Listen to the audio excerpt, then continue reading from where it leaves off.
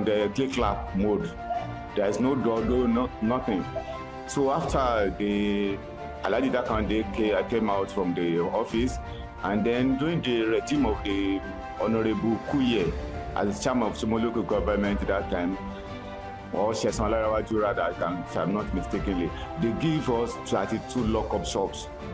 So then they gave them a chance, order, to build it with blocks and then to make a security for their goods. So from there, that's how we used to do it, making our own market, selling and buying here. And then we pay market storage to the revenue office in the Shomolu local government. And it was 2020, May 30th, that this market was found. And when the Honorable Salahuddin Abdulhamid came to the power as chairman of Shomolu local government, so during his regime, this market was found. And then during his regime, it was created, rebuilt, and then through his own regime, he commissioned the market. We entered the August 30, 3 years ago. So everybody, they sell the storage for everybody. Some people are not in Nigeria.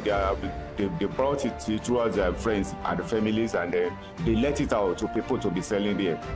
So this is how we used to manage ourselves. And then we have security. We have 4 large gates entering. We have a pedestrian gate, 3.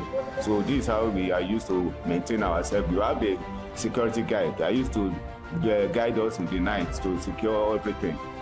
So people are paying for the Loma, because Loma are not working here to come and pack some loads, some refuse, since all the money, I can say this is January or a year, and we are paying them every month.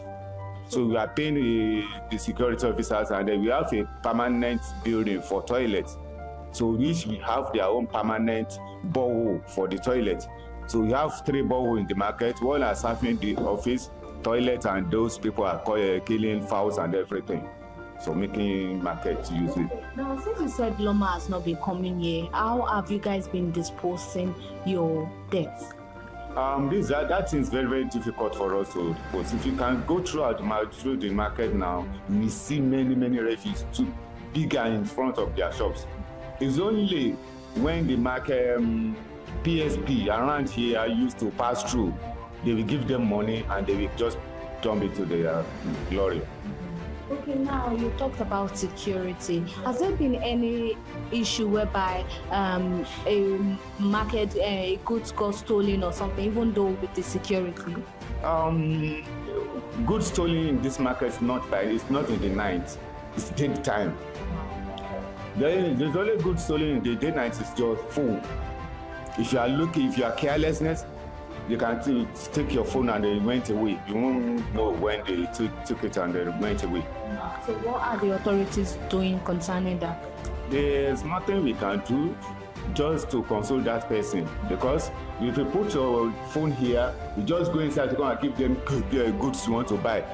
After taking the goods, you may not see the person again. You just took it and then went away. That means you have to be extra smart in the market. We have been warning them, help your people to watch your shops. If you see anything that someone wants to buy from your market, you enter. You people around them, try to be looking at them. So if anything wrong done there, you to be alert the person. That's what we're doing here. So what are the challenges ongoing in this market? The challenge is that refuse is too much. We want the government to take something quickly to attend to that. We are in rainy season now. If you will not be alert, we are not sure, the people will be dumping refuse inside the drainage. So that drainage will cause another thing in the ocean. So that is what we are trying to do to manage with our people. So the challenge, not much challenges. You know, to take good care of bad and good people is not an easy thing. When times we want to enter early in the morning, by 6 o'clock we open gate. By 9 o'clock or 8:30 we lock the gate. It's not easy to chase everybody out at the right time. That is some challenges we are facing. It's not easy to chase everybody out at the right time. So what are the authorities doing? Because you are the leaders of the market. Yes, that's if you move, therefore, for that time before we go, it's we that we used to let out of the market. So when you see that everybody are out, we hand over our market to the security guard. so apart from being a secretary, what do you sell in the market, or you don't sell anything? When the market was burnt, my property are burnt off. So I'm just saying here for the security, I'm just to sacrifice myself for the market.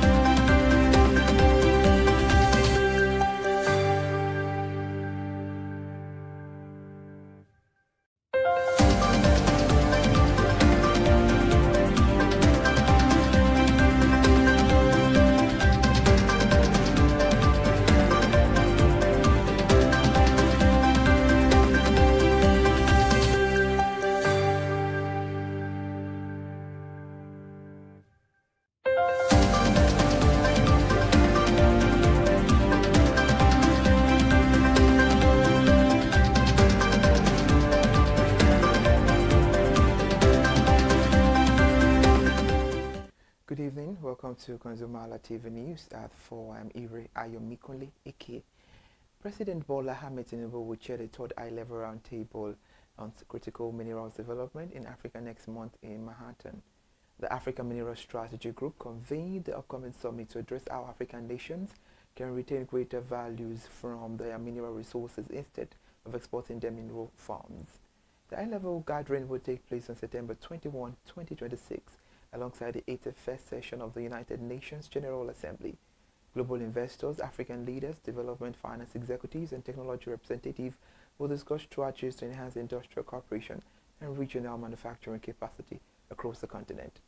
Organizers noted that major economies are actively seeking secure supplies of vital minerals required for electric vehicles and advanced technologies. Nigeria and other African countries hold substantial deposits of essential minerals like lithium, cobalt, and graphite to drive this industrial transition. And now the federal government invested 6,470 billion in strategic infrastructure development between June 2023 and December 2025. According to official performance records, major highway construction project got absorbed more than half of this total capital expenditure. The Lagos-Calabar Coastal Highway received the largest funding allocation at 230 billion naira among the selected project. The Sokoto-Badagry Super Highway followed with 1,111 billion naira, while the Trans-Sahara Super Highway accounted for 489 billion naira. The government officials explained that these fiscal allocations were deployed to cushion the economic impact of few subsidy removals and currency reforms. Finance Minister Taiwo Udele confirmed that these reform policies successfully generated 15,800 billion naira in overall savings for the Federation. The Federal Ministry of Livestock Development expressed serious concern regarding severe funding constraints that have hindered various agricultural programs. Director of Information Area Dao Konkon revealed that the ministry has not received capital disbursement since 2024. This financial limitation has delayed the implementation of multiple development projects aimed at transforming the livestock subsector, into a major economic pillar. Despite these budgetary hurdles, ministry officials managed to execute targeted interventions in several states across the Federation. The recent regional distributions included 100 breeding IFAs delivered to farmers in Enugu State and an equivalent number provided in Delta State. Ministry representatives urged relevant authorities to increase financial allocations to unlock the vast commercial potential within the national livestock industry. The state governors across the 36 states are encountering intense public pressure regarding the utilization of expanded revenue allocations. Financial records from the Federal Ministry of Finance indicated that the Federation account distributed 47 trillion over the past 3 years. The cumulative disbursement across all 3 tiers of government reached 93 trillion naira between 2017 and 2025, with more than half distributed following the recent economic reforms. Policy analysts argue that this historic revenue increase have not proportionally alleviated the rising cost of living for citizens. Critics maintain that substantial leaders must demonstrate greater transparency and accountability in executing the public projects that directly impact grassroots populations. Civil society organizations continue to demand comprehensive public report detailing how increased FAC allocations are translating into tangible social development. And now the Nigerian Financial Intelligence Unit reported receiving over 42,000 suspicious transaction reports from diverse financial institutions throughout the year 2025. Deposit Money Bank submitted 38,700 reports, accounting for 92% of total fillings. The agency annual report highlighted a continuous monitoring effort to safeguard the domestic financial system against illicit money laundering and terrorist financing activities. The financial institutions collaborated closely with regulatory bodies to ensure strict compliance with anti-money laundering frameworks. Regulatory oversight involves coordinated partnerships between the Central Financial Intelligence Agency and key financial regulators. Those joint monitoring measures are designed to preserve the integrity and security of the broader national banking infrastructure. National Information Technology Development Agency Director General Kashifu Inuwa called on the Central Bank of Nigeria to broaden supervisory framework over technological partners. Speaking in Lagos, Inuwa emphasized the traditional regulatory models are inadequate for modern banking systems reliant on external cloud and telecom infrastructure. Financial institutions increasingly depend on third-party digital service providers for payment processing and data management operations. Inuwa warned that security vulnerabilities or operational failures at external technology providers could trigger systemic risk across the financial ecosystem. Regulatory authorities must maintain comprehensive visibility over supporting technology networks rather than focusing solely on individual banks. The proactive digital supervision will safeguard financial stability and protect consumers in an increasingly automated banking environment. The Nigerian naira appreciated against the United States dollar in official trading sessions, supported by improved foreign exchange liquidity. The Central Bank of Nigeria data confirmed that the domestic currency gained ground as foreign investors and corporate suppliers increased dollar availability. The gross external reserves expanded to $52,657 million, reinforcing the nation's external liquidity position. Financial analysts attributed this positive tightening and successful foreign exchange market unification. The market participants remain optimistic that the ongoing economic reforms will sustain the exchange rate stability through the remainder of the year. The increased commodity export revenue and steady capital inflow continue to strengthen the macroeconomic fundamentals across domestic financial markets. The Nigerian Upstream Petroleum Regulatory Commission directed 31 successful companies to fulfill financial obligations for 37 oil blocks. Award recipients from the recent licensing round must settle their signature bonuses within the stipulated time frame under penalty of forfeiture. Commission officials confirmed that provisional awards were issued following the commercial bid conference conducted in Abuja. Winning bidders failing to meet payment deadline will lose their deposit guarantees to designated reserve bidders. The offered petroleum prospecting licenses encompass an onshore shallow water, deep offshore, and frontier basin across the various regions. The timely collection of signature bonuses supports the government revenue target and advances the national energy exploration objectives. The Eric Air Limited shareholders formally requested explanations regarding the reported dismantling of a Boeing aircraft at the Muritala Mohammed Airport. Major shareholder Johnson Aremumi Ikede submitted an official inquiry to receiver manager Oluseyi Opasonya regarding the asset's security status. Stakeholders sought detailed documentation concerning alleged debt obligation linked to commercial bank institutions under receivership arrangement. Previous communications between management and investor failed to resolve underlying asset ownership disputes satisfactorily. The concerned investor emphasized the necessity of transparent asset management to protect remaining corporate value. The corporate representative continued to review the ongoing legal and financial obligations affecting the airline's fleet and operational equipment. The United Bank for Africa graduated and inducted 374 young professionals into its continental workforce during a ceremony in Lagos.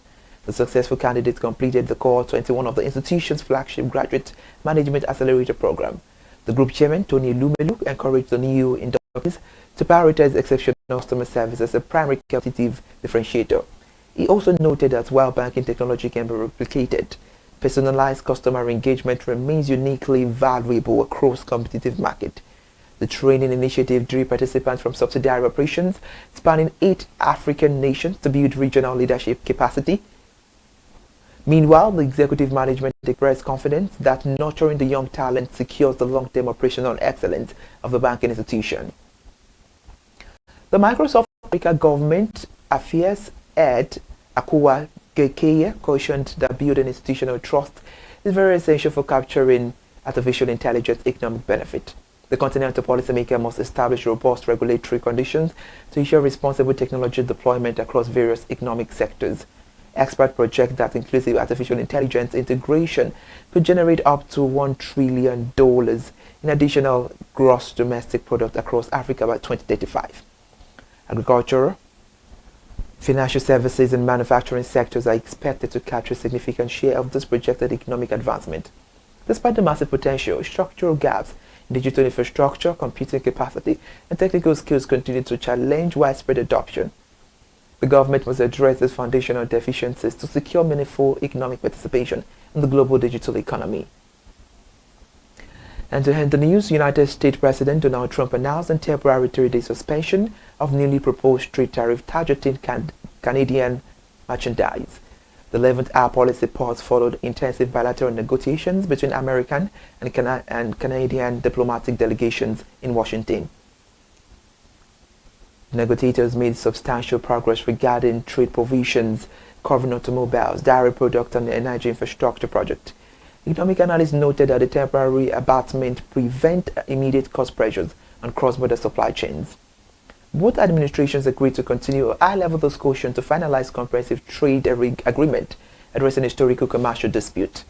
International financial market responded with cautious optimism while awaiting definitive trade policy pronouncement.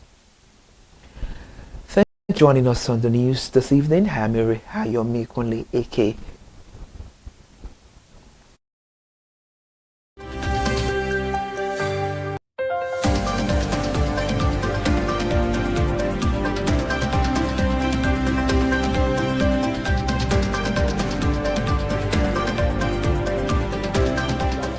I want to look light for them. That's what I'm just saying. You met me here playing with my phone, and then if they come now, I just want to recharge for them for electric, for their light to be used in their own shop. That's what I'm doing. So how has the years been? Losing a whole lot of properties and all of that. How has it been? How did you survive? There's a good Samaritans. As you come now, want to recharge. If they recharge 5,000, they can say that my second, take this one. Now all the people that just came now, they want to pay for tax. So after that, people are giving me money for transportation. So from that, I used to collect money. So from that time, some people used to dash me money. So now, what did the government do to those that lost a lot of things? No compensation, nothing? Yeah, compensation. There is a compensation. Compensation came sometimes. One time they gave for everybody. There is a 300 people that are affected. They gave them 25,000 naira check. 25,000 check each person. And then NEMA, Nigerian Environmental Agencies, emergency management, they gave us some goods to build this market or to build some shops. They give us iron sheets, cardboard for ceilings. They give us cement. They give us rice. They give us peas. They even give us gari. They give us granite oil and others. So they gave us that time, that 2020, where this market was born. If there's anything you would like to say concerning this market, what will you say? This market is very, very peaceful. It's a peaceful market. And as I'm saying, it's one of the beautiful markets in Shomolu local government. If another market was born, that was Alade market. It's not in commission now, but this market was redirected back before Alade market, and it was commissioned almost 3 years ago, and we are now selling in it and peacefully. But some of Alade have never entered fully. But we thank God that this market is a peaceful market. So everybody, the marketers used to pay us when we correct them or give them order. Good morning, ma. Good morning. How are you? Fine, ma. Okay, so what is your name? My name is Advocacy Abiola. Okay, so what do you sell here? I sell live chicken here. This is Olaleye Modern Market, Shomolu. I sell chicken, I sell breeder, brella, layers, cockerel. I sell guinea fowl, I sell duck, I sell rabbit, and I'm doing roasted chicken, roasted turkey, roasted snail, and fish. Anywhere you come from, you can deliver it for you. And this market is very okay. For how long have you been in this market? Since I was child, I'm here. My mother born me inside this trading chicken trader. So it was Momsy that was selling this before you took over? Yes. So what made you go into mommy business? Because it's very good, and the business I know, that's what I'm doing next. So all this, your chicken, broiler, everything that you are selling, where do you bring them from? We travel and bring it different type of states. Oyo State, Ijebu, Ibadan, Akure, Ondo. So we go around the states. Anywhere we see beef chicken, we bring it in the market and sell, and we supply. So what are the challenges transporting them down here? We have more challenges about our chicken, you know, but we thank God, alhamdulillah. So how do you rear your chicken? How do you, because some people say when they get them from small babies, they are risked in it. Yes. So how do you And because I'm not the one that training it, we just go to farm and bring it. Even when we bring it, we see some challenges about it, but we manage about it sharp, and God is giving us the power of it. So what's that thing you like about Olaleye or Chamode? Olaleye Modern Market is very okay because we have different type of things here. We are friendly, we love each other. That we call the live bird marketing. So nothing happened, we didn't fight. But if we have another supporting, that one is grateful about it for us. But Olaleye Modern Market, we thank God for our markets, and we have everything. We have pipe, we have toilet, no dirty. When you come back, you see everything here because we are very neat about it. And when we have more courage and we want more customers to patronize us anywhere they are coming from, nothing, and we deliver it. So you talked about you selling roasted chicken. Yes, we sell roasted chicken. Maybe you need roasted chicken and you call us, we are going to do it for you, and we deliver it. You cannot wait, we deliver it. So it's based on demand? Yes. Today, walking through Olaleye, you would never imagine the destruction that once covered this ground. Modern shops now stand where burnt structures once stood. Clean walkway become welcome customers. Business has returned, and the market has become a symbol of resilience in Shomolu. But rebuilding walls in one thing, rebuilding lives is another. Good morning, sir.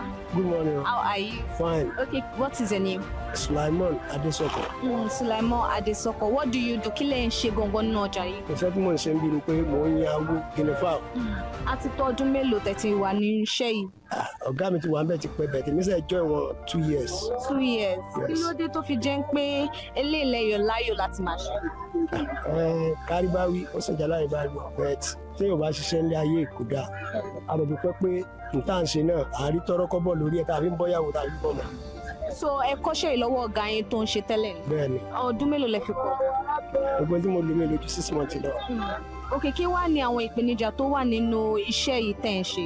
Ìpèníjà tó wà ń bẹ̀ ó pọ̀ gan-an torí ẹni tí ó ṣiṣẹ́ yìí tí ò bá ní jẹnẹrétọ̀ tí ò ní físà iná òjò mọ́ iná rẹ̀gúlà but iná jẹnẹrétọ̀ ní kókó pẹ̀lú físà tàbí ṣiṣẹ́ yìí. Ọjà náà kẹ̀dẹ̀ kò gbé lójú kan ó máa ń lọ máa ń bọ̀ ní ìṣèrí mi. So tẹ́ bá fẹ́ yan sìn process wo lẹ máa ń go through? Iṣẹ́ tó pọ̀ gan-an ká tó yẹ kó tó jiná kó tó ṣe é jẹ wàhálà wà ń bẹ̀. Tọ́yẹ pé ọ̀tọ̀ lálọ́ta ọ̀tọ̀ ni ká tó ra ọjà ọ̀tọ̀ ni ká tó là á ọ̀tọ̀ ní many things ló pọ̀ nbẹ̀ tí ò níye pé process tá à ní níbẹ̀ gan ó pọ̀ gan. nísìnyí tí àwọn èèyàn bá béèrè fún lẹ ṣe máa ṣe àbí. ẹnu a máa ń ṣe kó tó kọ́ béèrè bẹ́ẹ̀ bá ṣe lówó lọ sí mo ṣe máa guinness irú ọ̀gá mi ń sìn kò sẹ́ pẹ́ẹ́rẹ́ kẹ́ gbéṣẹ́ fún ó máa ń yan nígbà tí yan lọ́nà kọ́sọ́mọ̀ dìde tá a máa ń ṣe orúkọ ọ̀gá mi jẹ́ mórí anímọ̀ṣáà.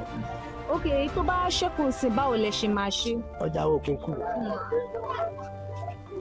kú torí a máa ń ṣe náà ìtìmọ̀júmọ́ táwọn kan wá máa ń kó lọ́dọ̀ wa tó máa ń tà fúnra wọn táwọn kan máa ń dispose. kí ni ìdí tí ẹ fi fẹ́ràn ọjà Ọlálẹ́yẹ Ultra Modern Market wà nínú ẹ̀. ibẹ̀ mo bọ́ ọ̀gá mi ibẹ̀ ni mo bá ọ̀gá mi tó ti ń ṣiṣẹ́ tèmi náà dé bá ń bẹ̀ tèmi náà jọ rẹ̀ tèmi náà ń ṣiṣẹ́. kí ni àwọn nǹkan mèremère tẹ́tí wá gbé ṣe nípasẹ̀ òwò yìí. mo ṣe bẹ̀rẹ̀ ni èmi náà ṣe fẹ́ yàṣẹ́ èmi náà ṣe lọ́mọ tajà fúnra mi. Because behind every smiling trader is a journey the eye cannot always see. Let's hear from more of the people whose lives have been shaped by this market.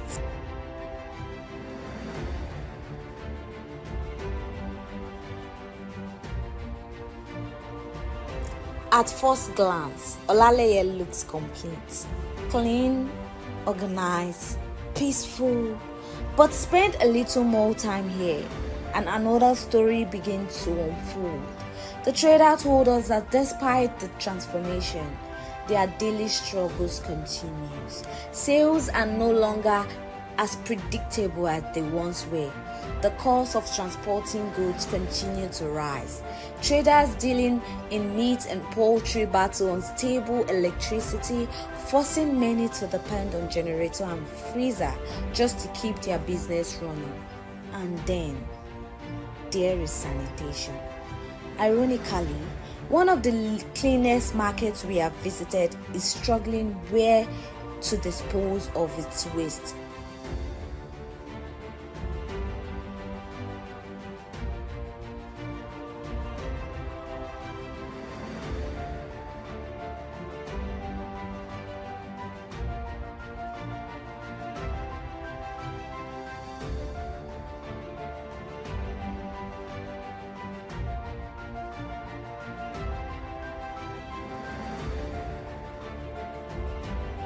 Good morning, sir. Good morning. How are you?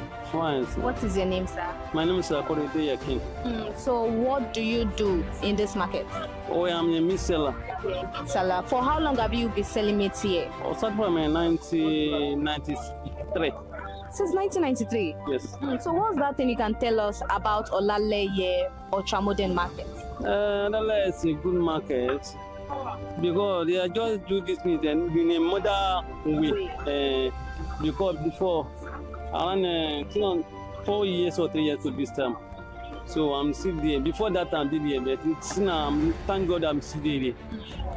So how is market moving? The market is moving small. The especially of Nigeria, and for the. So we can see that most of you people have something that you use to cover your meat. Is there a reason why you created this? Because of the fly, you know. They said you want to do net here and put it there. So because of the fly. So walk me through the journey, how you started this business. How did you start this business? Báwo lẹ ṣe bẹ̀rẹ̀ ọjà ẹran títà? I'm not understanding. How did you start this business? This business that you are into. Walk me through the journey of how you start this business. We are starting before this market. Our market no cost up to this one, but now it's too expensive. It's the what I purchase no silver sales. So because at times they cut shortage too much stuff. It's too expensive. Where did you buy your meat from? We have bought it about Abatio over the Agege. So how do you transport it from there down here? We get motor now. We get motor regulation motor for within the government approve for us. And they used to come and carry and come here. So you don't have to pay. It's you guys pay. We are paying. Even the transport cost of the transport is too much. Everything. I call all this thing now. We buy the money where they carry cow come this Lagos. It's too expensive. The money we have because of the expensive petrol. That is why everything costs. That's why we are saying, if you are selling it, no, we are charging too much on it. So how are you moving? How are you now moving? How are you moving since there's issues? How do you cope with the challenges that surround this meat? We are just managing it. The what one the government will do for us is to make it, let's say, fuel or expenses of fuel come down. So now it costs all these things. So I can see one big meat there. What type of meat is that? This is on goat meat. Goat meat. Goat meat. This is the goat meat. Goat meat. The lab. This is a cow. All these one are sharp. Pomo, everything, the food, everything they deliver. Okay, so what makes you like this market? What makes this market different from other markets? It's different. This market is very clean. Seagate, everything is still okay there. But the problem of this market is not so expensive. So expensive. You always sell them that before you take money to see it's a problem because it's too expensive. So do customers still come in to buy meat? They are coming one by one because in Nigeria self we now cost all this thing now. If you buy me like this, you go sell it, get gain there. But now, no gain on it at it. Well, what thing go come happen if you no sell and finish? How will you preserve the meat? You get freezer now. You get freezer, they put inside. Yeah. Markets are often measured by the number of shops they have or the volume of goods they sell. But perhaps the true strength of a market is measured by what it believes or what it survives. Olaleye has survived time, it has survived change, it has survived fire, and through it all, its people chose not to give up. The story reminds us that building can be rebuilt, businesses can begin again, but resilience is what truly keeps a market alive. And this is in the marketplace.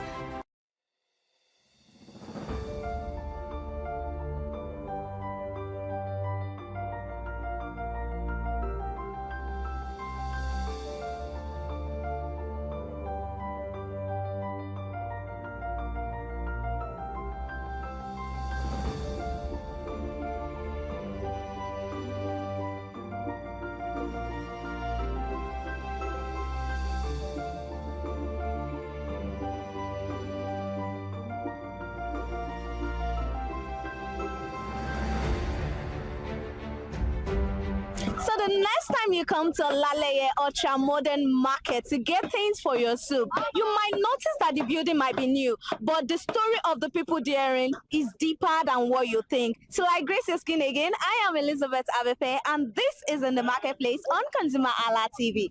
Bye for now.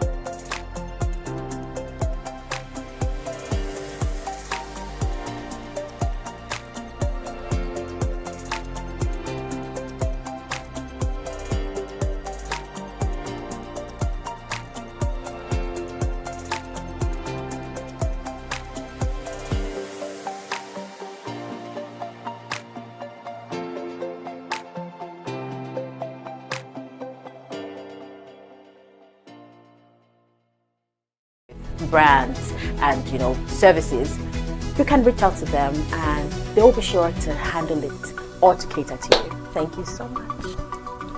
Hi guys, my name is Iyebiye Adeton. I'm a film poster designer and illustrator. This is ConsumerHallaTV. It's a consumer advocacy channel. We show content on consumers-based news, entertainment, and all of that. So I urge you guys to stay tuned to ConsumerHallaTV. My name is Anoluwapo Alao, a sales consultant for Star Times Nigeria.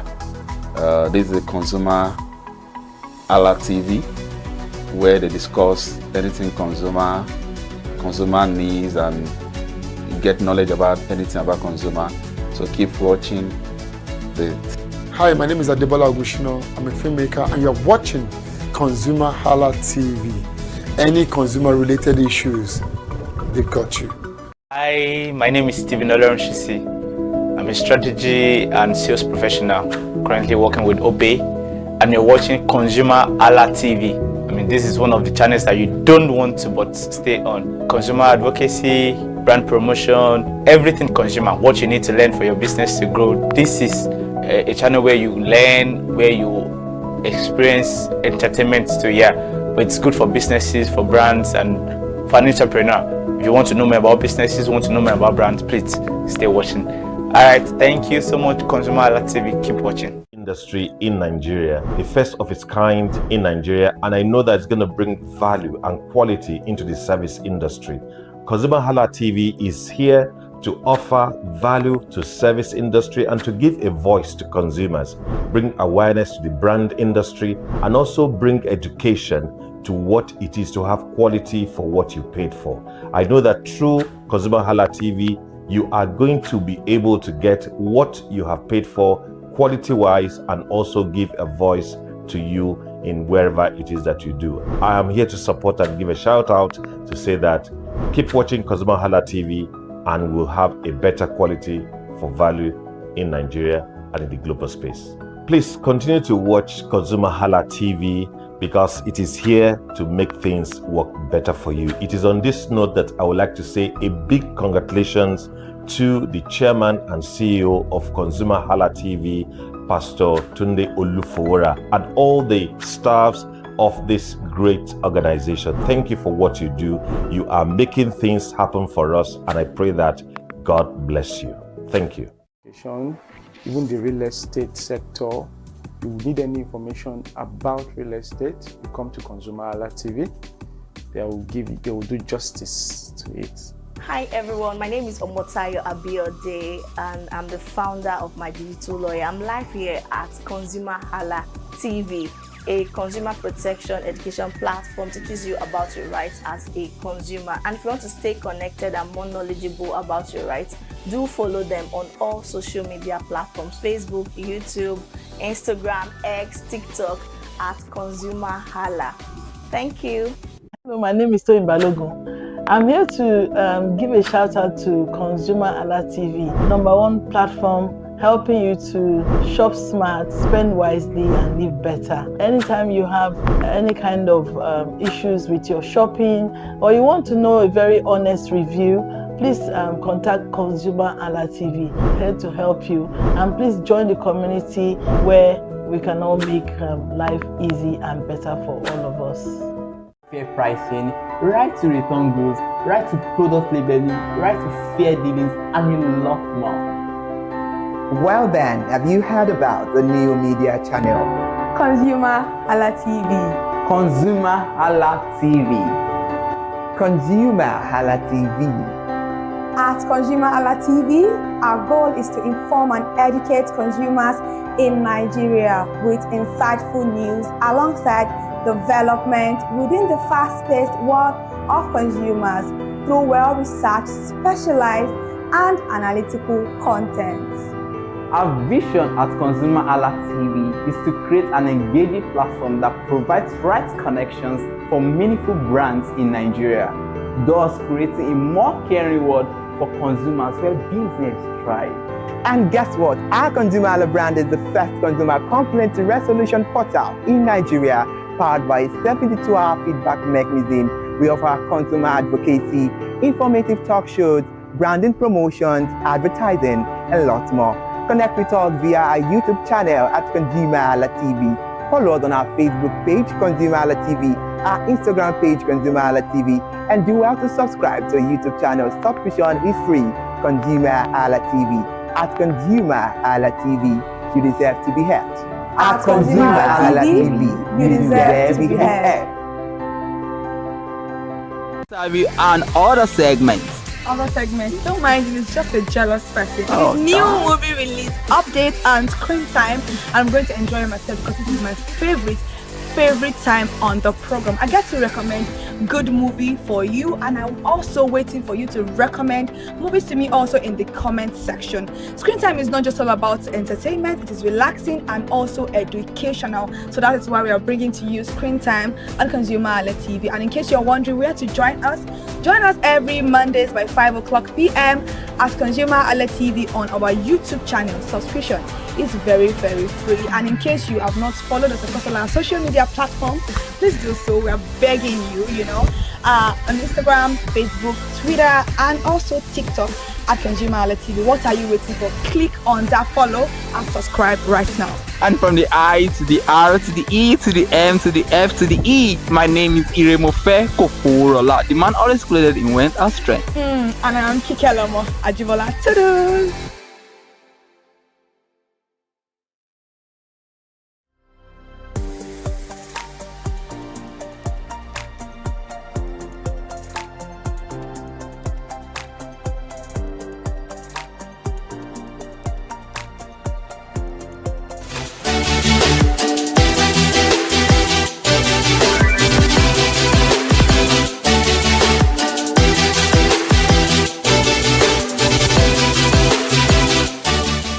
Hello lovelies, and welcome to Screen Time, where stories come alive, stars shine brighter, and every frame has something to say. I am Iremofe Koforola, the man always clothed in wealth and strength. So if you are very familiar with this show, you know I do not do it alone. I do not come alone because I'm always with the amazing Kikelomo Ajibola. Thank you so much for joining us for the program this evening once again on ConsumerHallaTV. I am Kikelomo Ajibola, and Screen Time is that particular entertainment program for you. In fact, it is the best entertainment program out there for you to listen to actually know what is going on, and some information that regards to the entertainment industry in Nigeria. And also we give new movie release updates right here, where we recommend movies for you to watch throughout the course of the week. And in case you have other films that you think we didn't recommend for you after the program, please let us know in the comment section, and do not forget to subscribe to our YouTube channel ConsumerHallaTV on all our social media platforms, Instagram, Facebook, X, ConsumerHalla, and also on our TikTok account at ConsumerHallaTV. Welcome to the program. Alright, yeah, welcome to the program. So because it's very important that you subscribe.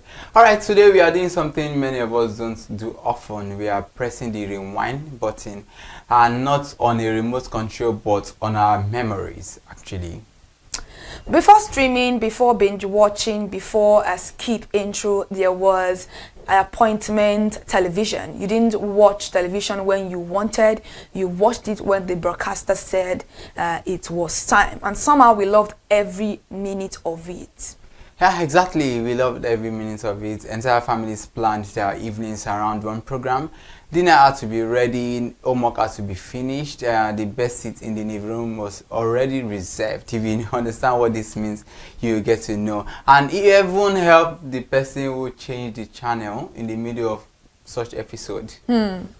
You remember those moments now? The opening theme song began, conversation stopped, neighbors become unusually quiet, and for the next 30 to 60 minutes, the only thing that mattered was what happened on that screen. Whether it was Nigerian classics, The Village Headmaster, Cockcrow at Dawn, Mirror in the Sun, Checkmate, Super Story, Fuji House of Commotion, Tinsel, or international favorites like The Bold and the Beautiful, Days of Our Lives, Dallas, The Young and the Restless, Prison Break, Desperate Housewives. These weren't just television programs, they became traditions.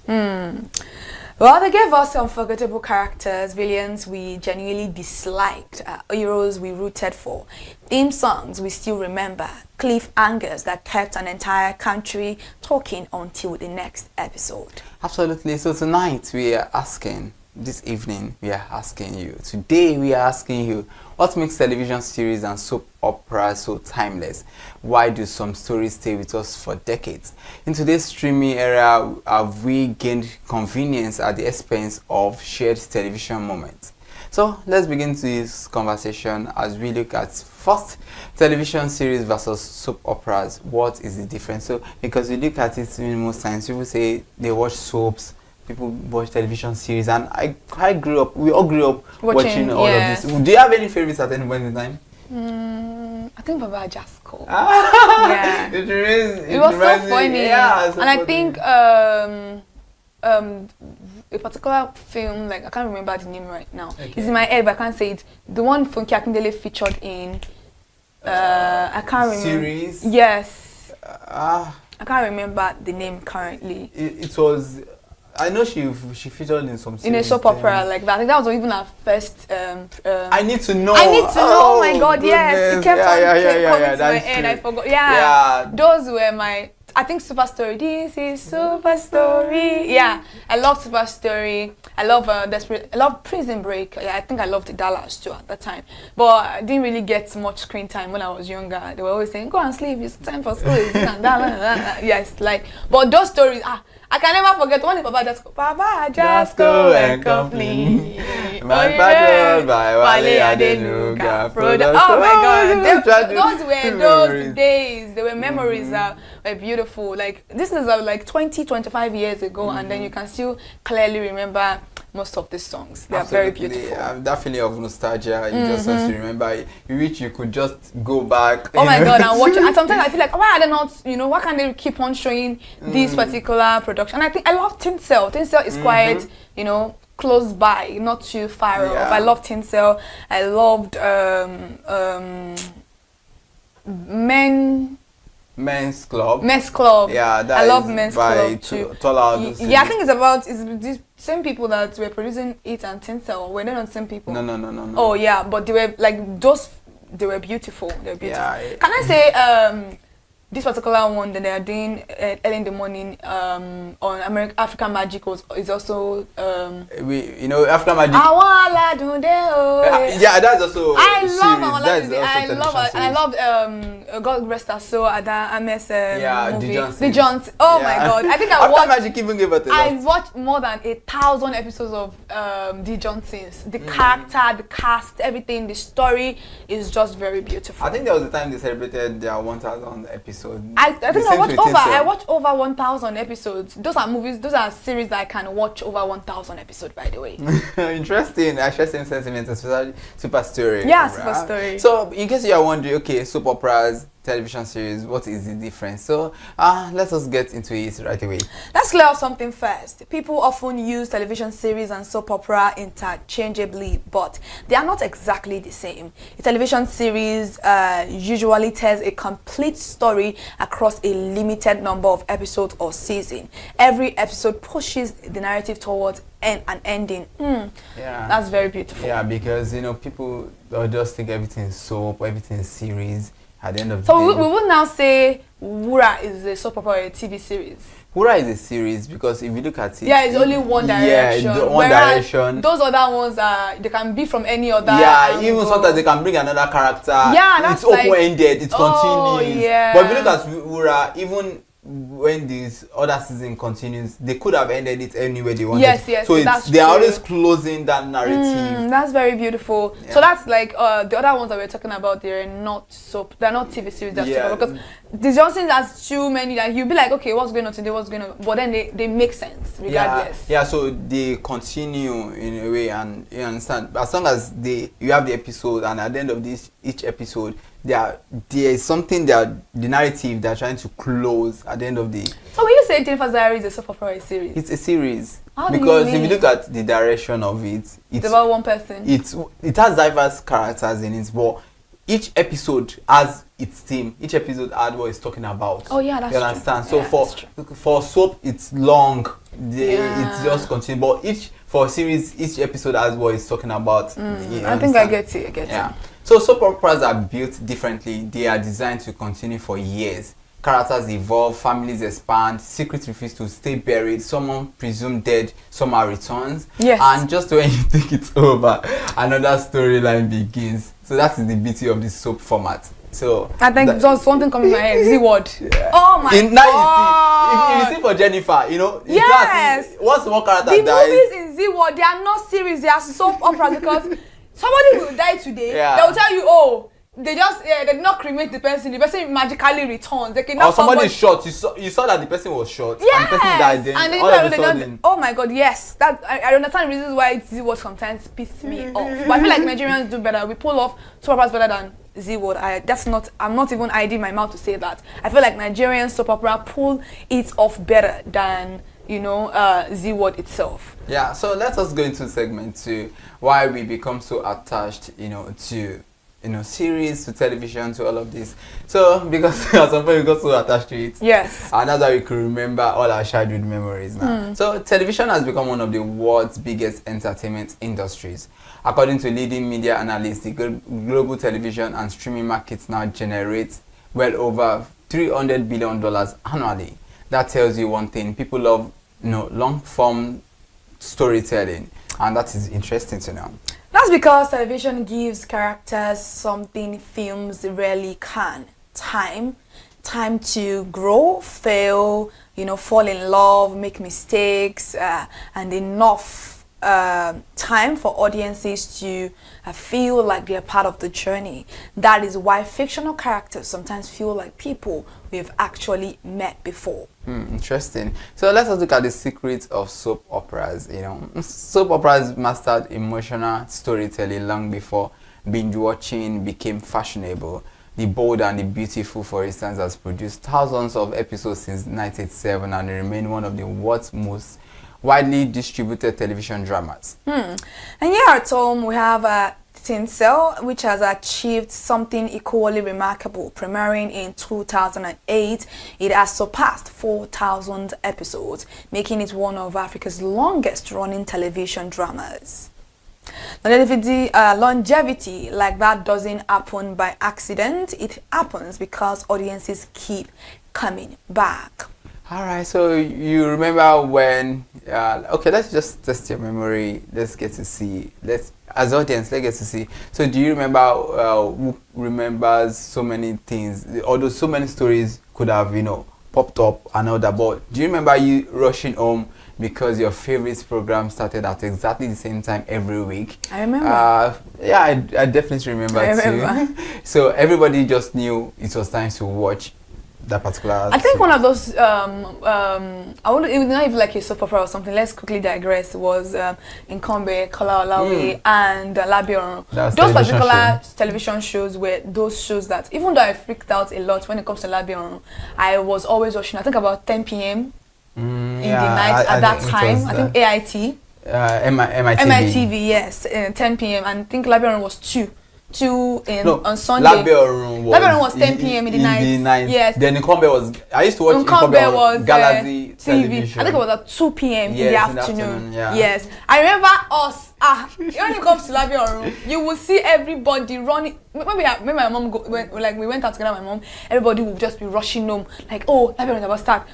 And then, even though it's so freaky, it's so traumatic, we still enjoyed those shows. Like, it was so interesting. I think when I cut off Nkombe, it was a lot of a mixed feeling. People were like, why did they cut it off? These are things that open people's eyes to what is happening, even beyond the ordinary eyes. So these are things that we can never forget. I remember running home to watch Super Story.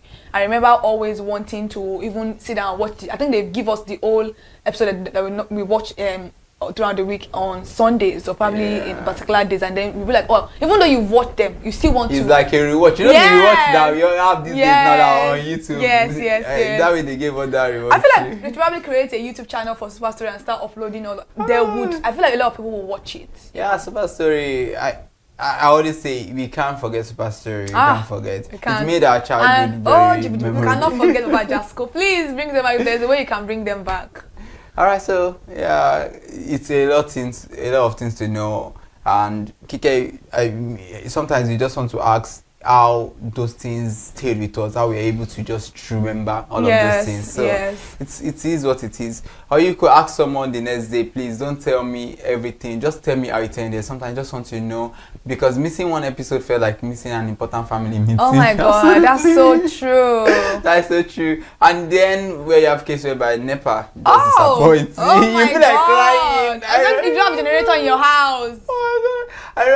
I remember those times on Thursday Super Story. Yes. I think it was NTA. If you dropped a pin, you would hear the sound of it. Yes, everybody's inside. And I can remember even when there was no lights, we used to go out to where they used to do all those screening. You know, when they sell the cassette, they used to tune into that. Everybody would go and line up outside and say, as soon as they carry that light in that house, they never take off their light. Everybody's running out to that place where there's a generator already on standby, and people are even watching through your window. That's how interesting a lot of people. That's how invested people were in watching soap operas during those times. What do you really think changed? Because children of this generation, I don't think they did not enjoy. I'm telling you, they did not. I think they still have the Johnsons, Tin But it was like the way we always like you anticipated so much. Sometimes the lights disappeared, and that's when the most traumatic moments begin.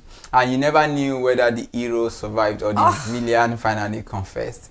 You simply waited patiently and sometimes painfully. Not sometimes, every time painfully. And the next morning was always entertaining, whether in schools or in office, market, bus stops. Everybody suddenly became television critics. Everyone had a theory. Everyone had an opinion. Everyone insisted yes was the correct interpretation.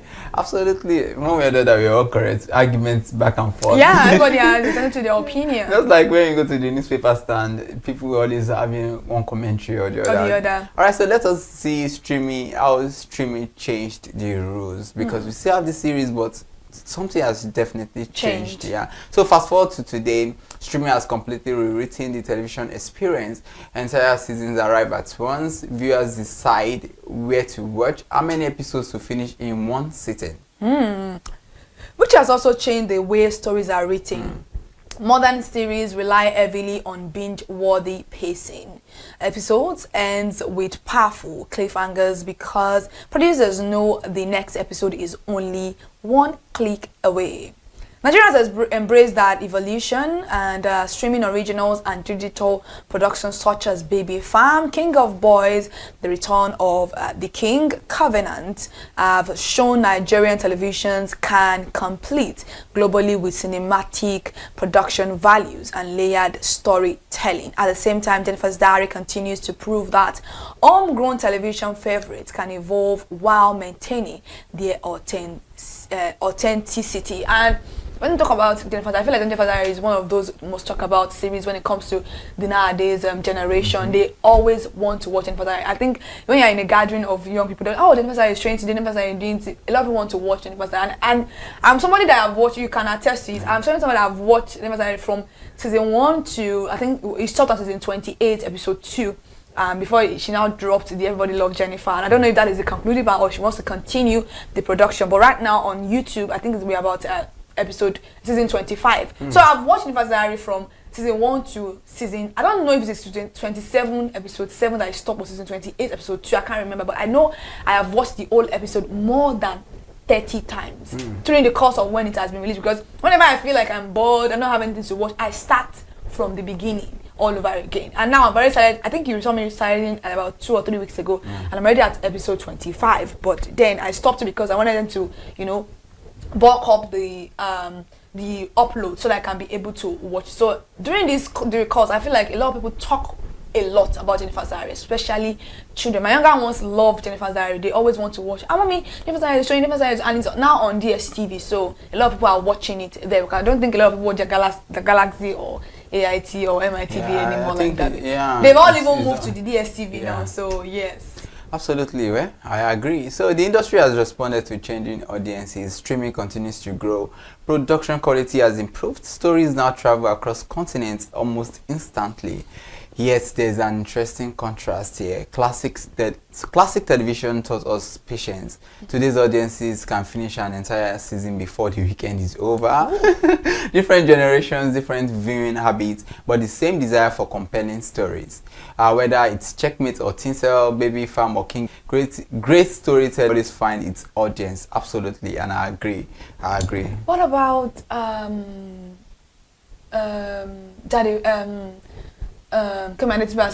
series? Why are we not talking about it? To Kill a Monkey. To Kill a Monkey. Those are beautiful productions. Yeah, that is more recent, you know. And if you look at the ones we've highlighted, yeah, they were a little bit. Yeah, and compared to before this time, understand? There's no way you talk about series in Nigeria. We will not talk about Kemali's. That's what I'm saying. Like, you have to talk about it. I feel like that's a production that everybody should have seen in one way or the other. This is our viewing habit as emotion that we had during that time where we enjoyed, were a cause of our youth, and there are stories that can still follow us till today because they are very, very relatable. But this storytelling of today has really evolved. Nollywood is doing so much better than the way it was in those days. It's not because we want to downplay the role, but something has to give. You cannot say you want to be stagnant in that way. Something has to be better. We're in 2026, not in 2002 or 2008 or 1997 that these things were raving. It has to have changed, because if you are a producer of this particular film and you feel like they are downplaying them, that means you don't want the progress of Nollywood in the first place. If you don't want them to say, okay, this has evolved, because definitely storytellings are really evolved, and that's why Nollywood is top 3 now in all over the world, and we want to be top 1. So why not make our stories better and more relatable outside of our comfort zone? Yeah, I quite believe so, because at the end of the day, it's not as if the stories have changed. Yes. 2022, what are you writing? Because people's habits and bigger budget, better visuals, or period we are looking at, not the most recent ones, but the ones we grew up to watch and all that. So some characters don't just entertain us, they become part of our everyday conversations, and we've talked about that. They give us catchphrases, life lessons, unforgettable drama, and moments that stayed with us long after the credits roll. So Countdown today, we celebrate the Nigerian television characters whose stories have stood the test of time. Before we go into this, which character do you think that character is? I can never forget. Yes, Papa Jasko. I am telling you, I can never forget Papa Jasko. I love that drumming of the head. I mean, also those times where no matter what, I always never ever miss an episode of Papa Jasko's production. It was just very beautiful, and I think I loved. I really can't remember. Maybe when we have. I think also Fuji House of Commotion, there was someone that I really love. I can't remember the particular character. Yeah. Okay. All right. So coming on number 5 spot is Chief Fuji himself for Fuji House of Commotion, and this was played by Kule Bamtefa. I remember in Chief with many wives. Yes. Oh my God. So interesting. Anyway. And then we have Abike Super Story, O Father, O Daughter, played by Buki Wright, the legendary actress. Yeah, I remember watching O Father, O Daughter, and one thing that even made a character kind of compelling was because she had a cheating husband. Yes. And at the same time, she still like gave him a lot of grace. And, yes. So that is quite relatable. And coming on number 3 spot is Fred Ade Williams for Tinsel, played by Victor Olaotan. Yes. So that is very remarkable character. And it's so sad that Victor Olaotan is Ola Salami, King of Boys, Return of the King, played by legendary actress Shola Shobo Wale. Amazing. Yeah. She actually killed that, and it's one character we always keep talking about. Talking about. So coming on number 1 spot, which other character would have made that, or would you want to make a guess about this? Definitely, it is not that than Jennifer. So Leah Adedeji. Jennifer Zari, and played by Funke Akindele. So this is something that we will never forget. One character. I feel like that character is golden for the rest of time. As long as Nigeria stands, as long as the movie industry stands. I mean, she grow old, well, and more beautiful. You know, even though today, maybe in like 100 years of time, you know, everybody is gone. Jennifer as a character will still be something I know people are going to talk about for a long time. Because if you're talking about Super Story, Fuji House of Commotion, you know, all of those things, all of those till now, Deliverance Diary has to be that character that will stand. That character is such a rich character. I don't think people really understand the job of that character, because speaking like that for that long has to take a lot of work. There was never a lapse. You can never catch her lapsing. You understand? Like, it was, I feel like she studied that language, and that language really befits that character called Jennifer. Yeah, absolutely. I agree. So before we go to the celebrity of the week, it's better we go on a break right now. And I know some people have been like, they didn't mention my television series. They didn't say my character. Say your own in the comment section. Yeah, let's get to see, and we will definitely respond to you. Alright, we're going on a short break right now. Go nowhere. This is still Screen Time.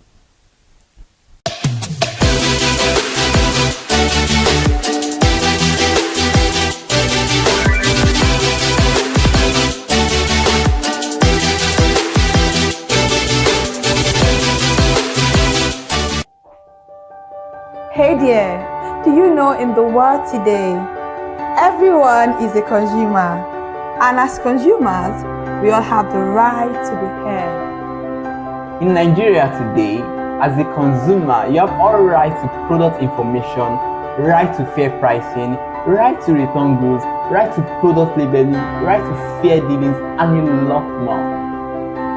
Well then, have you heard about the new media channel? ConsumerHallaTV. ConsumerHallaTV. ConsumerHallaTV.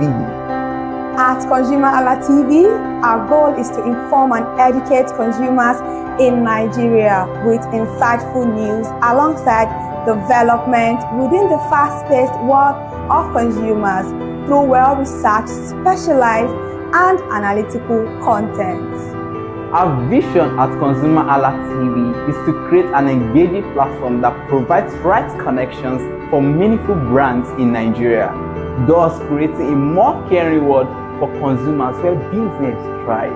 And guess what? Our ConsumerHalla brand is the first consumer complaint resolution portal in Nigeria, powered by a 72-hour feedback mechanism.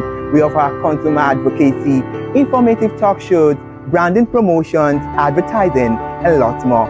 Connect with us via our YouTube channel at ConsumerHallaTV. Follow us on our Facebook page, ConsumerHallaTV, our Instagram page, ConsumerHallaTV, and do well to subscribe to our YouTube channel. Subscription is free. ConsumerHallaTV. At ConsumerHallaTV, you deserve to be heard. At ConsumerHallaTV, you deserve to be heard.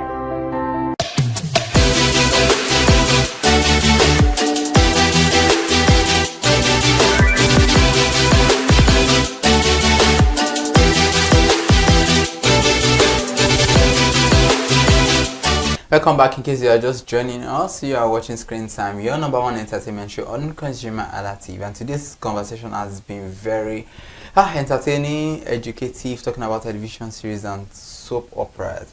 And before the break, we were talking about the celebrity of the week. So, in case you want to know, our celebrity of the week is not that person than the legendary filmmaker Wale Adenuga. He's one of the pioneers of the modern day television. Yes. And he has a lot of productions to his credit. We have Papa Just Go and Complain, we have This Life, we have Super Story. It's beautiful. Yeah. And we have In and Friends. Yes. So amazing production. So we can only pray that's more inspiration for him. And now he has a television, WAP TV. WAP TV, yes. So it's so good to see that, yes, he has become a pioneer, and what he has done, it's actually outlives him. Alright, so let's go to Kike's favorite segment of the show. Alright, so guys, welcome to the new movie release update on Screen Time on ConsumerHalla TV, and this is the segment where we talk to you about movies that are they watch on YouTube. And this movie is, it ranges from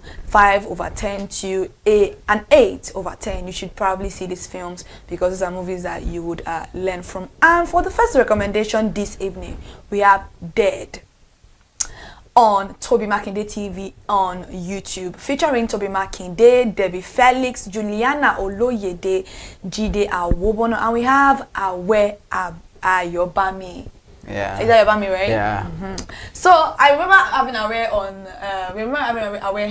Yeah. On the program when it comes to talking about his role in Articulate Monkey, Yeah. and then now we have him here, and he played a very huge role. He was also a detective in this particular film. That is a psychological thriller, and people are talking about it on TikTok a lot. I feel like this is one movie that Toby Makinde put his his soul into this film. Like, it's not easy to be like 4 characters in a person. Yeah, like it is like so you're talking about mental health, talking about the dissociative identity disorder. These are disorders that have been linked to a lot of people that, you know, they can switch to one character because of trauma, but this particular one, it is told in a different way. Somebody mastered this act of psychology and they pulled it off really, really well. And the ending is like a cliffhanger. What are you gonna do? I remember the Felix face was like this. I caught you. How am I going to prove that I caught you? You know, it's a very interesting story. You should go watch Dead. And I think it stands for something. The D is discovery. I know it. Something is at the discovery. Something like that. I can't know remember. it's like an acronym. It's an acronym about Dead. Just go and watch Dead on. And I think it befits this story. Yeah. Then we have This Is Us Now on Biodo Stephen TV, starring Debbie Felix again, Taye Arimoro. This movie talks about exploitation of domestic violence, when love is never enough. People don't even understand that saying, and it's a very, very true saying. But then forgiveness comes in this movie. You need to go and find out yourself. Then we have Picture of You on Chike Daniels TV, where we have the beautiful star Nadia Buhari and Chike Daniels, the one and only handsome Bobo. This particular movie, Picture of You, Chike Daniels loves stories. So in case you haven't, it says quite well. He's such a lover guy. Such a lover guy. Go and watch Picture of You on Chike Daniels TV. I'm very sure you're going to be cheesing the way I'm cheesing right now. Then we have Behind This Laugh on Morisam TV, featuring Morisam, Shazne, Okawa, and Real Judy. When it comes to Real Judy, you will laugh your ass out. My dear, you know Real Judy is not about to play. She's such a funny character. And this character talks about I suppose a little bit of mental health, not really pretentious mental health, child trafficking, human trafficking, not extensively, was mentioned bit by bit, family drama, you know, God, please, don't let us be in family drama, because there's one going on online right now. So, yes, this particular story explores that theme. You're going to enjoy it. Let me know your thoughts on this particular one. And we have Remember Me on Frederick Leonard TV, the god of screen himself. This particular movie, you know, very long doesn't really come and drop nonsense for us. It tries with its production. It was really, really beautiful. And we have the beautiful Lota Chukwu. It's not why we saw this particular lady, and she's a fantastic actress. Lota Chukwu and Frederick Leonard stars in this film. And what it doesn't mean by Remember Me, go and watch it though, you will enjoy yourself. Once Upon a Village on Mama Ruth TV, on Ruth Kadiri 247 on YouTube, starring Prisma James, Deza the Great, Fessa Ajoku, Annabelle Akpara, Eronini Osinachi. And I think this film has a part 2. Oh wow. Yeah, go and watch it. I don't think we actually mentioned CBA last week. It was something that we didn't mention. I wasn't on ground last week, so in our conversation I didn't tell them to mention Sibe. So go and watch Sibe on Biodun, on my favorite. Bimbo. On Bimbo Ademoye TV. This is my favorite. And this particular movie is comedy. It is very, very emotional. It's a movie that explores great themes. I don't think people really understand the beauty of this film. This movie is a movie that speaks about not only rich people's children are brats. Even poor man's child can be a brat. A brat to the extent that she doesn't even understand life. She doesn't even care remotely. How can somebody have over 22 jobs and you an adult, you cannot keep a job, and then you are somebody that does not even think about life, and then you got to meet a ghost. It was it was told in a very beautiful way. Go and watch Sibe on Bimba Ademoye's TV. And then we have another season that is out for us. Season 9 of Visa on Arrival. I don't know why I've not been talking about Visa on Arrival since we started the new season. You know I love Visa on Arrival, and I recommend Visa on Arrival a lot for you guys. Visa on Arrival is a very beautiful production. We have great characters. I feel like this is one of the movies that series that we're going to talk about for a long time. This series is very, very beautiful, and Bobby is absolutely doing fantastic when it comes to this particular production. So Visitor River season 9 has started. If you're not started from season 1, I promise you, you're not going to regret starting this particular series. It's a very, very beautiful production. Go and start Visa on Arrival if you have not started, and if you have already started, if you're not started season 9, go and start it. You will enjoy yourself. Go and start it and let us know what you feel about Visa on Arrival. And if there are any movies that you want to recommend for me, or you think I've not spoken about, or you feel like this there's one that is underwhelming in what I've recommended, please feel free to talk, my dear lovelies. Let me know in the comment section what you think about these movies that I just dropped, and let me see your own movie recommendation for me. I'm gonna watch it definitely. Even if I will not really watch it, but me, trust me, I got you. I'm gonna watch it. Anyway, it's fine. She has nailed it. Maybe I don't watch it. Maybe I watch it. Until when you engage me, that is where you know if I watch it or not. Okay. All right. So that is where we draw the curtains on this week's edition of Screen Time. It has been another exciting ride through the stories, stars, and moments shaping the world of film and television. And from celebrating the remarkable legacy of Wale Adenuga to counting down unforgettable performances that continue to redefine Nigerian screens, we hope we have entertained you and perhaps inspired you to revisit some timeless classics. Absolutely. Ooh. They should revisit and Please we'll do. get to watch it. I'm gonna revisit something tonight. Oh, interesting. I would love to know. Alright, remember, great stories don't just make us laugh or cry. They preserve our culture, challenge our thinking, and connect generations. Thank you so much for spending part of your day with us here at ConsumerHalla TV. And you've just finished watching Screen Time on ConsumerHalla TV. Keep supporting Nigerian creative. Don't be part of those people that say, oh, Nollywood, what are they doing? They're doing nonsense. My dear, we're not doing nonsense. We're just telling stories that are for us. Keep watching great content. Keep the conversations going. Thank you so much for joining us this evening once again. And I am Iremufe Koforola. You always call me man clothed in wealth and strength. And I'm Kikalama Ajibola. Thank you so much for joining. Good evening. And see you next time on Screen Time. Bye for now.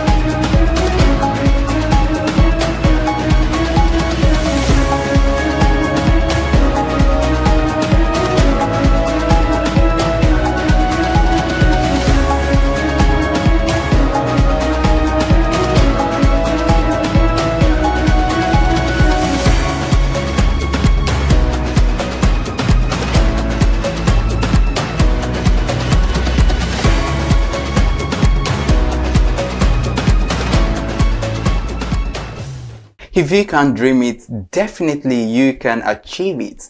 This is a welcome note to another episode of Market Innovators, the program where we sit down with entrepreneurs, innovators, business leaders, and visionaries who are transforming business industries and creating jobs and driving economic growth through innovation. I am your host, Iremufe Koforola. Nigeria's agribusiness sector holds an enormous potential with abundant agricultural resources, a growing population, and increasing demand for locally manufactured products. Entrepreneurs are demonstrating that indigenous foods can become world-class brands through innovation, quality, and strategic leadership. Today's guest is one of those entrepreneurs redefining the future of local manufacturing. She has transformed one of Nigeria's most traditional snacks, kuli kuli, into a premium NAFDAC certified food product, proving that local brands can compete in both domestic and international markets. Beyond entrepreneurship, she is also passionate about empowering women and girls through menstrual health advocacy while contributing to media development as a respected journalist and media executive. She is the founder and chief executive officer of VitaBite Foods, founder of the Pardon Me a Girl Empowerment Foundation, publisher and editor-in-chief of Gatmatch News, and chairperson of the Nigerian Online Media Alliance, NOMA. Please join me in welcoming Madam Teresa Moses. Welcome to the show, ma'am. Thank you so much. Yeah, it's so good to be here with you. Yeah. And before the show, I was telling you that we have so much to, unpack, to discuss and all that. So to begin with first, tell us about your journey. What inspired you, your passion into, several things, including entrepreneurship and agribusiness. Okay. So, it started, Kulikuli is a grassroots snacks. It's been on for ages. And it started, when I was going to school, I used to take money from my mom's purse to get it. So I came to Lagos. I grew up in the north, Plateau State to be specific. I came to Lagos 2002. And the next thing, that's a northern experience is not here in Lagos. So like 5 years ago, I went to a store to get snack. I was craving for snack and I just saw something in the shelf and they said it's coolies. I said, what's that? And I looked at it and I saw, and I bought it. I was curious to taste it and it wasn't what I grew up eating. Wow. I was like, no, and I have a lot of friends that we all grew up in Jos and we're in Lagos, and I just called one person and the person said, yes, now it's not like the way it has been. And that's said, no, I can prepare it. Because growing up, my mom used to do it as a punishment, actually. She'll send me to go where they produce kulikuli and keep me busy because I play with the boys. I am the baby of the house and I'm the girl and I have 3 brothers ahead of me. And my immediate elder brother is 12 years older than me. Wow. So I play with the boys more. So I'm more or less a tomboy. So I don't carry babies and all that. So to keep me busy, my mom takes me to that aspect, that place for me to play, to keep me busy. Or not to me, she's training me to, and yes, so many years down the line, I said, I can do this thing. That's what inspired me to go into production of kulikuli. Interesting. Amazing journey there. So this is off camera, please. I love kulikuli. I mean, there's nothing like our local snack. Absolutely nothing like it. All right, so you wear many hats, and that is so amazing. It's not easy for you to find people who do diverse things yet meaningful. You're an entrepreneur, a journalist, a media executive and all that. So how do you ensure that you create a balance in all of these things to ensure that, yes, you are quite successful? I think the one I just tell you is what you know. There are still others. I'm actually a mother as well. I have a 17-year-old daughter and 15-year-old daughter. Amazing. Yeah. So wow. Absolutely. So the thing is passion. Passion for what I do. I love cooking. I love reading. I love media. So all of them put together. So it's not stressful. It's just seamless. It just flows. When it's time for production, I do it. When it's time for media, I do it. You call me midnight and say, oh, you have a job to do PR, I'll still run it. Wow. So it flows. It doesn't disturb me. I feel I'm born with it. So it's not challenging. That's why people see that it's stressful. I was like, really? I love it. Wow. So it's passion. So I have love for it. And that's, motivated me to do more. And I'll still do more because kulikuli is just one aspect of what I'm doing in VitaBite. I intend to do more. Interesting. Interesting. So now I was going to ask you what really inspired you to, empower the girls. Now I see that you have, we have girls as well. Yes. Yeah, and that might be by the way. So let's talk about, before we talk about that thing, why do you feel the need to, empower the girls? You talk about the menstrual hygiene and all of those things, because I remember I grew up in the midst of girls. I have sisters and I have a lot of female friends. Okay. So I learn from them. I know a bit of all these things, and I know how sometimes they experience cramps and all of those things, they're in pain and all. So what really inspired you to say, okay, I want to educate people on this and all that? I grew up in Plateau State, Middle Belt.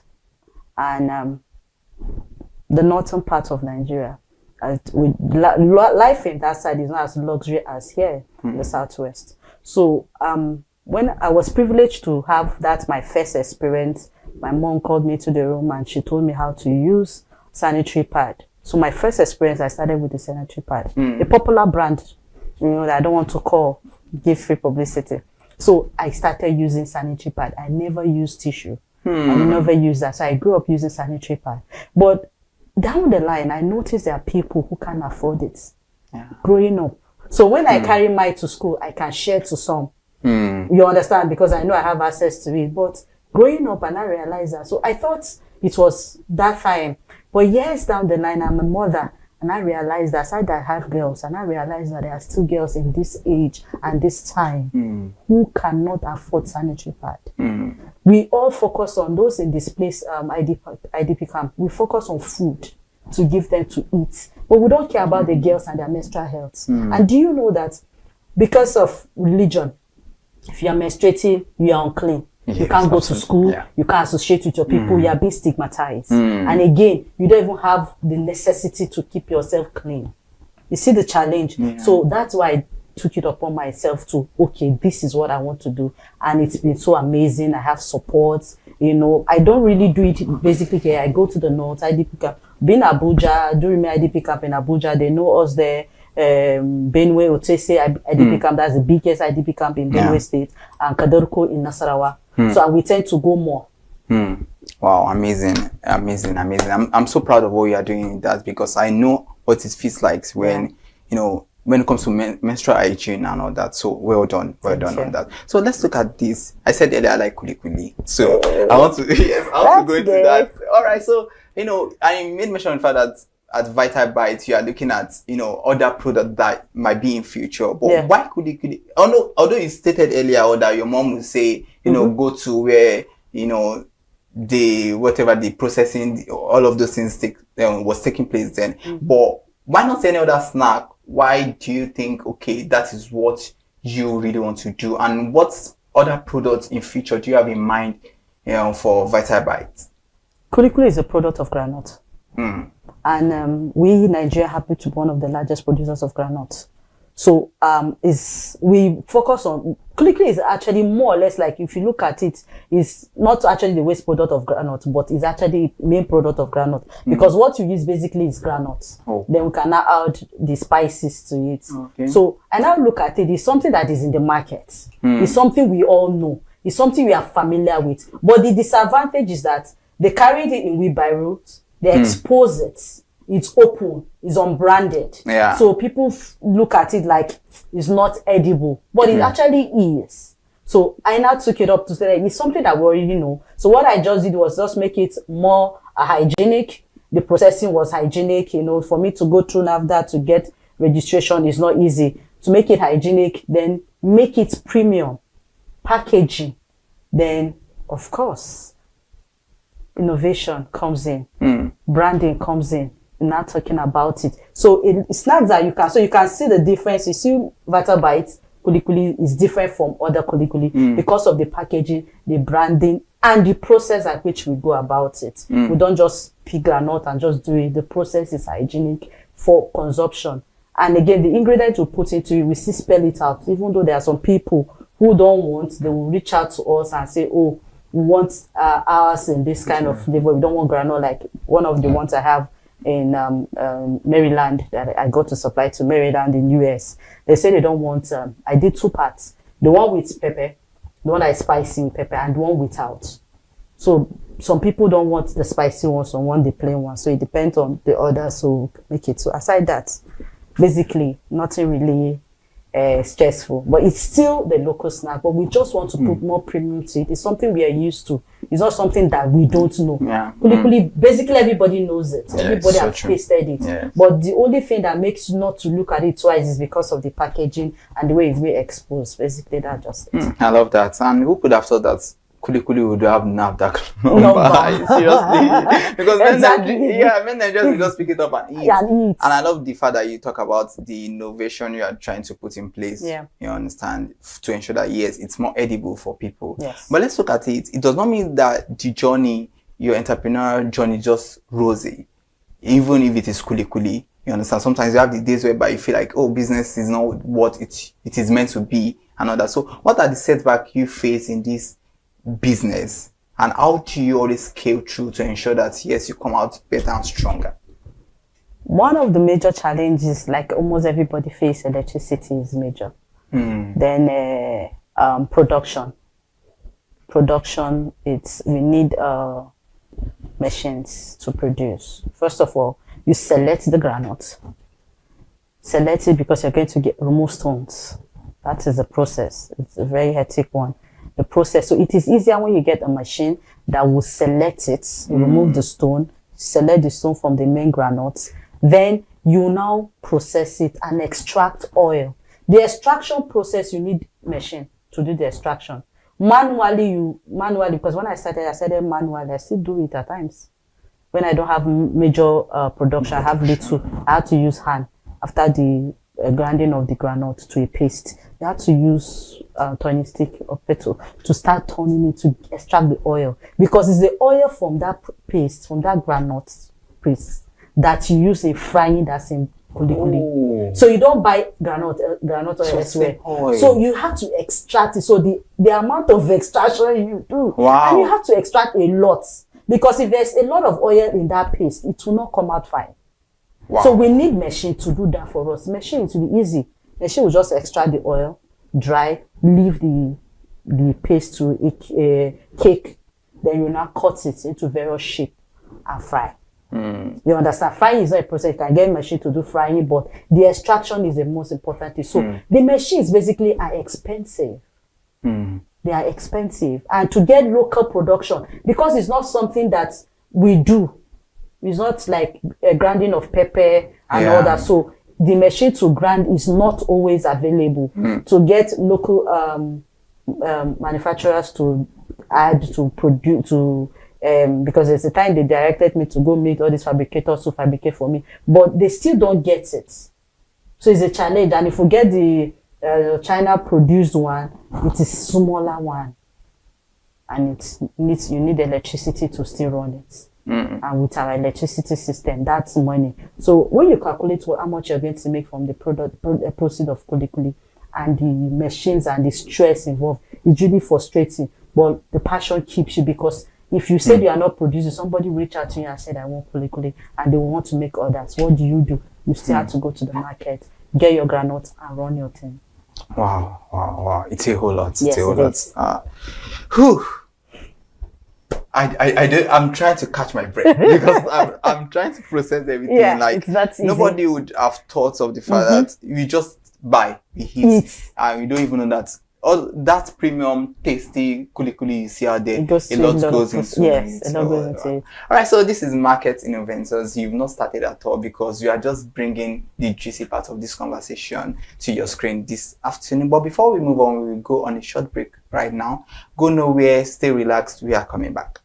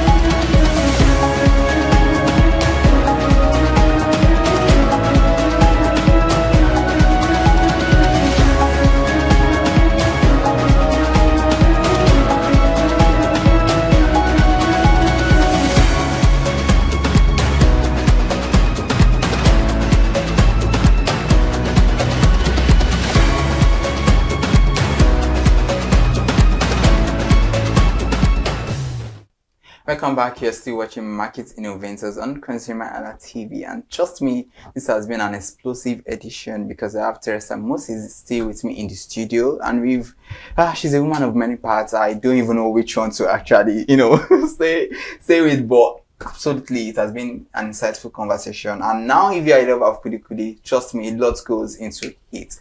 Talking about investments now, because they stated that it has a lot. You don't just have to do it manually, you understand, a lot has to go into Yes. the business and all that. But, you know, recently, Nigerian media, you know, everywhere went, there was a lot of buzz. Yeah, and, you know, when the First Lady stated that, you know, a lot of empowerment going on there and people can start business, just to say, and, you know, it's not easy to run a business.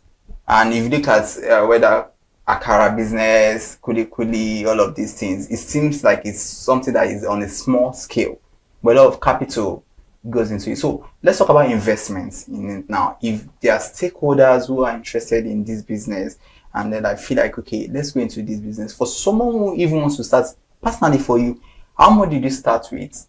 And for someone who's interested in doing that business now, not just because they are not educated or they don't have every other thing, but they feel like, yes, this is a business I can go into. So what's the capital investment like for someone who wants to start? Okay. Every great business starts small. And one thing with Nigerian factor is we don't believe in we starting small. Believe in hitting big. Starting small and being consistent is one of the major things you start with business before you even talk about the money that comes. If you're starting a business with the intention that you're going to make money from it, you'll be disappointed. Oh, wow. Yes. So the most important thing is start a product, start a business with the aim of satisfaction, getting your customers satisfied. If your customer is satisfied, one referral will bring another referral, you will stay in business. So in terms of starting, when I started, I didn't start with any equipment. I started with, I have a blender. So I have a blender that can blend the granules. So I have a frying pan. So I bought frying pan, then went to the market and bought granules. And I bought a little one. I bought, I think, 2 paints of granules, and I did the frying and the cleaning. And like I said, if you can buy a paint of granules, you buy ginger, buy pepper. You have frying pan in the house. If you don't even have a frying pan, you can use your. Every house has a frying pan, no matter how big or small. You can start with that. So it's not really you have too much. But the most important thing is customer satisfaction. That should be your aim. By the time your customer is satisfied, you get more referrals, you get more people coming in to buy and start. So the difference between all those things is the package. If you see someone on the roadside selling roasted corn, we'll price the hell out of that corn. But if you go to a supermarket and see a roasted corn that is priced, you can't price it. You pick it and go. You value that one. You don't value the one on the streets. So that is why what she said is coming at so many people, and so many people are looking at it. But the truth of the matter is, we have to start small. We need her to tell us, to remind us first before we believe that we're going to start small. And again, if you are starting small, everybody, if you can go to the island and buy akara for 2,000 naira, but you can still go to the roadside and get akara for 500 naira. The two are the same products. The difference is the packaging. Nothing else. It's the same beans. Isn't it? It's the same pepper, the same oil that is used to fry it. So the difference is the packaging. One is on the island, one is on the mainland. So because it's also very important. You are a publisher and editor-in-chief of the Gatmatch News, and tell us about that platform. Why did you create it? What role do you believe that digital journalism should play in shaping Nigeria's future of journalism now? Okay. I've been practicing journalism for almost 2 decades. For over 2 decades now. So I started from this day newspaper. Oh, interesting. So I started from the print. So I've worked on the print, worked on magazine, before I come to online. I've worked on radio as well before get a niche. You understand? So basically that was how I started, by having opened registered Gatmatch Media, which produces Gatmatch News, and I still do PR, do consultation, do media, so basically everything. And when I started, the passion for journalism was just what pushed me. I wanted to have my story on the front page of this day newspaper when I started there. Wow. So the drive has always been there, and I work with credible people who I still have relationship with. Major exclusive I did was to disguise myself, went to Kirikiri Maximum Prison 2010 to interview the Hamza Mustafa, retired. Major Hamza Mustafa, retired. He was in incarceration then. And I went to interview him.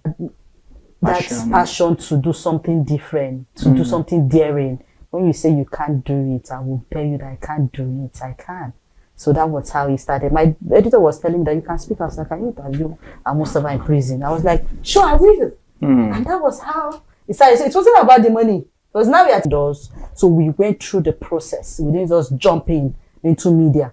So because of that, that was what motivated us to set up. I'm the chairperson of NOMA, Nigeria Online Media Alliance. That was West, and the data called his or herself a journalist. But they are not trained. They don't know the 5 W's and H. And we've even gone beyond. Yes, it's challenging. Yes, I will tell you the honest truth. It's not easy. Looking up to the media to speak. You understand? So we need to focus on advocacy. Let's leave politics along the line. We are not going to overrule politics. When it's politics, we talk about it. Bring accountability. Get our leaders to be accountable for. Yes. But we should do advocacy. Like in June 25th, we did advocacy with the International Day Against Drug Abuse and trafficking. And we brought journalists to talk to them at Yaba Psychiatric Hospital. We partner with the ISOP Nigeria, NDLEA, Yaba Psychiatric Hospital. We talk about we are in it. We are not going anywhere. Very difficult to see some journalists trying to jackpot. The intention is to go out, learn. So, but I think the future of journalism that we are going to do more of. We're looking forward to, I do a lot of trainings. When I get people, anything trainings, I will go into it. So the future of journalism is bright.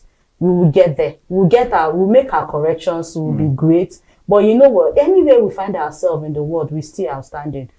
As a journalist in Nigeria, if you leave the shores of this country, you are doing well. With what we don't, with the limited resources we have, when we go out of this country, we do great. It means we are born for it. Yeah, absolutely. And thank you for contributing your quota in a great way. Thanks. Take your flowers, take your garden. Thank you.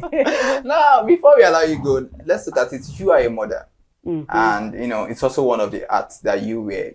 And, in this time, in this age, it could be challenging with the, technology we have out there. And you mentioned earlier that sometimes your guests talk about their mental health and all that. So how do you ensure that you get to understand them, understand their language, they speak different language from your own generation. So how has it been like being a mother in this age? I would love to know. Oh my goodness, you want to know? I really want to know. You see, the truth of the matter is, the Jet age, the Gen Z, and the Alpha Beta and all that is, we keep learning. Mothers keep learning. That's the only way you stay consistent with. That's the only way you understand your children. I have girls, more boys, so it's now double the hustle because aside from providing, you have a responsibility of being positive. They look up to you. You see how double it is. Absolutely. So the job is not easy. So you provide, you look up, they look up to you. So in all you say, in all you do, they are watching. You can't be telling a Gen Z. During that time, our parents can tell us all sorts of things. We know that it's not true, but we absorb it. But now you tell a Gen Z what you are not practicing, she will tell you, but mommy, you said this. When so person called you, you lied, and you're telling me not to lie. How is it possible? So you see the challenge. How do you start explaining that? So you need to up your game. You need to be 3 steps ahead of them. If possible, 5 steps ahead of them. Because these children, they are smart. Very smart. They are smart. What you think you know, you don't. What you think you are, you think you know them. They are ahead of you. So the thing is, God has been faithful. We have everything we need to train these children in the Bible. You understand? The Bible has been a foundation for us to train these children. The Bible makes you understand that you spare the rod, you spoil the child. No matter how big or how grown, there are times you might not consistently beat them, but there are ways you beat them. Not with physical cane, but with words and correction, yes. So you might be angry. You might want to blow up and tear up everything, but you remember that this is Gen Z, it's not your time. So you calm down and give them a listening ear. In the process of them talking to you, you will understand some things that ordinarily, because if you're too harsh, to them, they won't tell you other things. If they have 3 things to tell you, they'll tell you one. And when they tell you one, they notice the way you are coming with that one, they will hide the remaining 2. So you make them feel that we are on the same level, understand. Capital expenditure between 2023 and 2025 prioritized major highways led by the Lagos, Calabar, Coastal and Sokoto Badagry superhighways. The Livestock Ministry reports 0 capital releases since 2024, slowing development despite targeted effort distributions in Enugu and Delta states. In another development, civil society demands transparency as state governors face growing pressure over the utilization of 47 trillion naira in recent federation account disbursements. The NFIU reviews financial institutions filed over 42,000 suspicious transaction reports in 2025, with banks accounting for the vast majority. Moving on, NITDA urges the CBN to expand its supervisory framework over third-party digital and cloud partners to prevent systemic banking risk. The Naira appreciated as gross external reserves rose to $52.65 billion, boosted by monetary tightening and reforms. And 31 companies risk forfeiting deposit guarantees if they fail to meet payment deadlines for 37 newly awarded oil blocks. Shareholders demand formal clarification from the receiver manager regarding the reported dismantling of a Boeing aircraft at Murtala Muhammed Airport. United Bank for Africa inducted 374 young graduates from 8 African nations under its Graduate Management Accelerator program. And moving on, Microsoft Africa stresses that closing digital infrastructure and trust gaps is vital to unlocking Africa's $1 trillion AI potential by 2035. To wrap up news highlights, US President Donald Trump temporarily suspended proposed Canadian tariffs for 3 days amid ongoing bilateral trade negotiations. And that is the CHTV News Highlight at 6. Stay with ConsumerHallaTV for more updates. Do not forget to subscribe to all our social media platforms on Facebook, X, TikTok at ConsumerHalla. I am Iremofe Koforola. ConsumerHallaTV resumes tomorrow 8 a.m. Thank you for watching and have a beautiful evening.